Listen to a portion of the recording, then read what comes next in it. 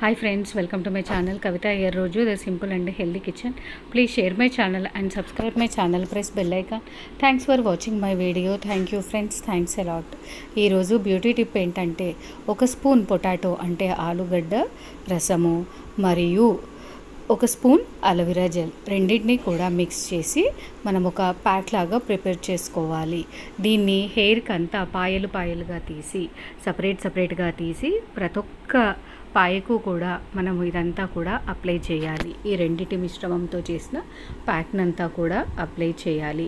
పైనుంచి కింది వరకు టోటల్గా మనము అప్లై చేయాలి హెయిర్కి.